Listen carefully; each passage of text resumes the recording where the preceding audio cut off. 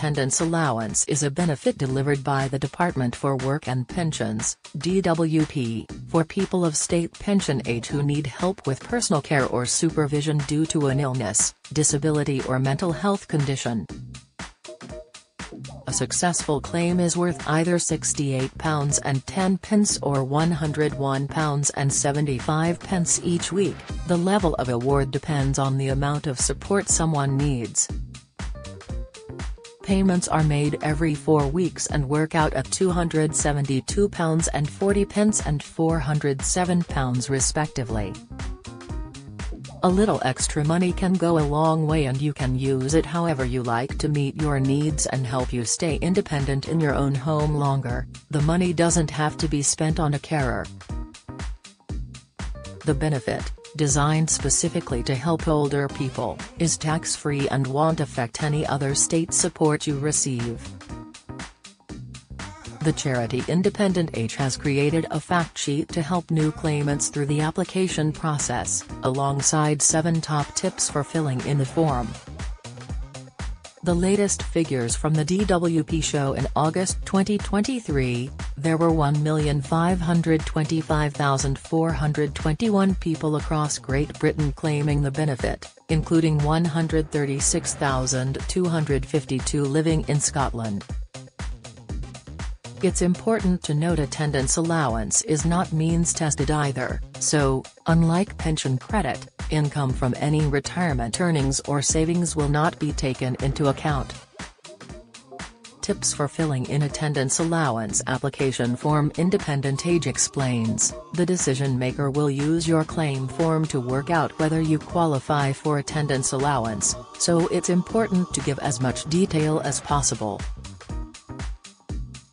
They suggest anyone filling in the form should explain how your condition affects your day-to-day life and what personal tasks you have difficulties with. Answer all the questions if you can and give examples. Include the time it takes you to carry out specific tasks and how much help you need with them, even if there's no one to help you. Explain how your needs change and how bad your difficulties can be. If some days are better than others, mention any things you avoid doing because they're difficult for you. For example, if it's difficult bending and reaching to put on and take off socks, even while you're sitting down, explain what happens when you don't receive the care you need, especially if this has left you at risk of falls or struggling to manage. Send supporting information if you're able to, for example, from your carer, GP or consultant.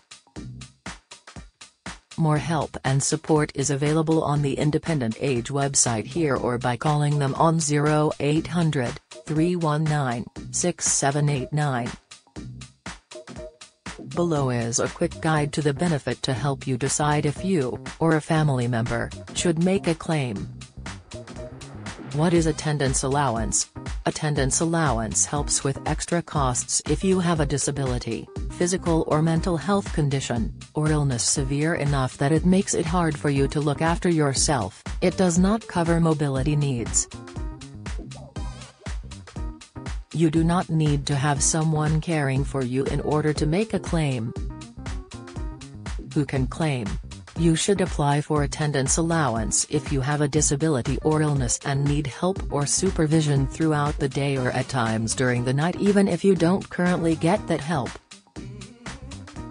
This might include help with your personal care, for example getting dressed, eating or drinking, getting in and out of bed, bathing or showering and going to the toilet. Help to stay safe. You should also apply if you have difficulties with personal tasks, for example if they take you a long time, you experience pain or you need physical help, like a chair to lean on. Attendance allowance isn't just for people with a physical disability or illness.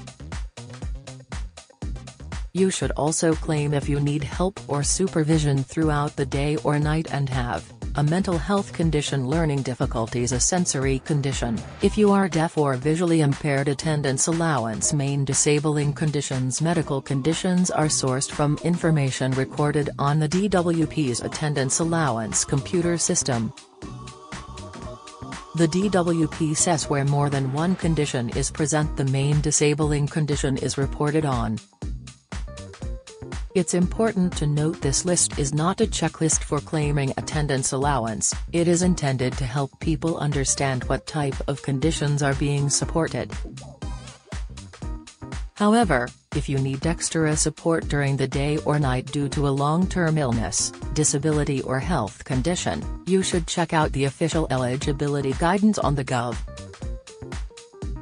UK website here. Arthritis, spondylosis, back pain, disease of the muscles, bones or joints, trauma to limbs, visual disorders and diseases, hearing disorders, heart disease, respiratory disorders and diseases, asthma, cystic fibrosis, cerebrovascular disease, peripheral vascular disease, epilepsy, neurological diseases, multiple sclerosis, Parkinson's disease, motor neuron disease, chronic pain syndromes, diabetes mellitus, metabolic disease, traumatic paraplegia/tetraplegia, major trauma other than traumatic paraplegia/tetraplegia, learning difficulties, psychosis, psychoneurosis, personality disorder, dementia, behavioral disorder, alcohol and drug abuse, hyperkinetic syndrome, renal disorders, inflammatory bowel disease, bowel and stomach disease, blood disorders, hemophilia, multi-system disorders, multiple allergy syndrome, skin disease, malignant disease, severely mentally impaired, double amputee, deaf/blind, hemodialysis, frailty, total parenteral nutrition, AIDS, infectious diseases, viral disease, coronavirus, COVID-19. Attendance allowance is also supporting 43,295 people with a terminal illness. How much could I get on attendance allowance? You could receive £68.10 if you need help during the day or at night, or £101. 75 if you need help during the day and at night, or if you are terminally ill. The benefit is paid every 4 weeks, which means you could receive either £272, £40 or £407 every pay period. You can spend the money however you like, and it could help you stay independent in your own home for longer. This might include paying for taxis, helping towards bills, paying for a cleaner or gardener. The annual benefits up rating of 6.7% will see attendance allowance claimants receive either £72.65, lower rate, or £108.55, higher rate, each week from April 8.